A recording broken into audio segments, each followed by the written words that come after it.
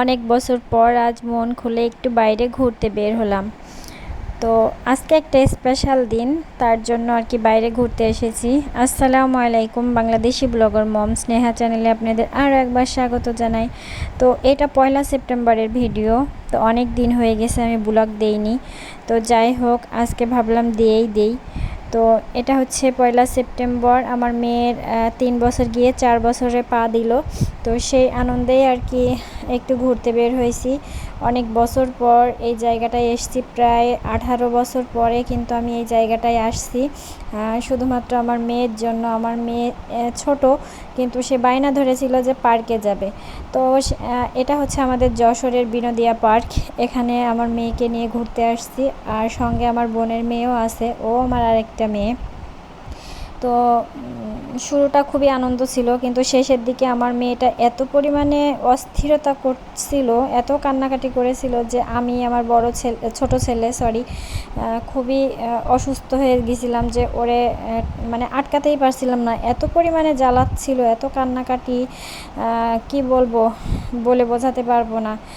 শুরুটা খুবই আনন্দ ছিল, কিন্তু শেষ মুহূর্তটা কেমন যেন একটা গম্ভীর টাইপ হয়ে গেল আমার মেয়ের কান্নাকাটিতে। তো যাই হোক, এই যে বিনোদিয়ার মধ্যে ঘুরতে এসেছি, আর এমনিতে একটু কিছু খাওয়া দাওয়া করব বাসায় গিয়ে। এখানে এসে কিন্তু আমার মেয়ে কোনো কান্নাকাটি কোনো কিছুই করেনি শুরু থেকে, কিন্তু শেষের দিকে সে অনেকটা কান্নাকাটি করেছে। এক কথায় একদম ক্লান্ত হয়ে গেছে। বাসায় নিয়ে গিয়েছি, কোনো মানে তার কোনো সার নাই, সে একদম ক্লান্ত হয়ে সে চুপচাপ হয়ে গেছিল। তো বিকালে বলছি, সন্ধ্যায় বাসায় আসলাম। মেয়েকে একটু ঠান্ডা করেছিলাম, ঠান্ডা করার পরে ছেলে একটা কেক কিনে নিয়ে আসছিল। তো এই যে সেই কেকটা কিন্তু সারা বাজারে খোঁজা হয়েছে, যে আমার মেয়ে লাভ কেক ছাড়া সে কেকই নেবে না। তো ওর ভাইয়া খুঁজে লাস্ট পর্যন্ত একটা ছোট্ট কেক নিয়ে এসেছে। তো আলহামদুলিল্লাহ, আমার মেয়ে প্রচণ্ড খুশি হয়ে গেছে পরে সন্ধ্যার দিকে।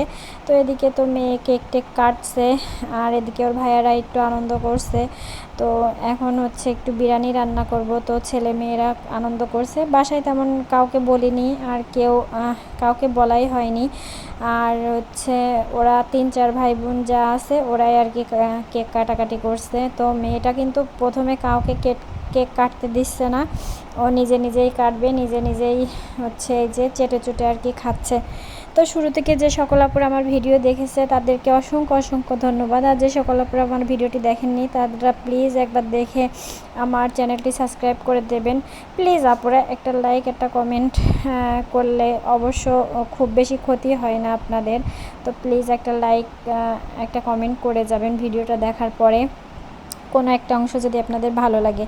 তো এই যে আমি কিন্তু রান্না করতে চলে এসেছি, যে আর কি খাসির বিরিয়ানি রান্না করব, সাদামাটা আর কি।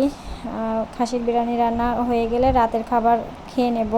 এদিকে আমি কিন্তু তাড়াহুড়াও করছি, সেই বাইরে থেকে এসে কিন্তু একটু বসিনি, অনেক কাজ করেছি, হাঁস মুরগি তুলেছি, তারপরে সন্ধ্যার কাজগুলো করেছি, আবার এই যে রান্না করতে চলে এসেছি। তো রান্নাটা প্রায় রেডি।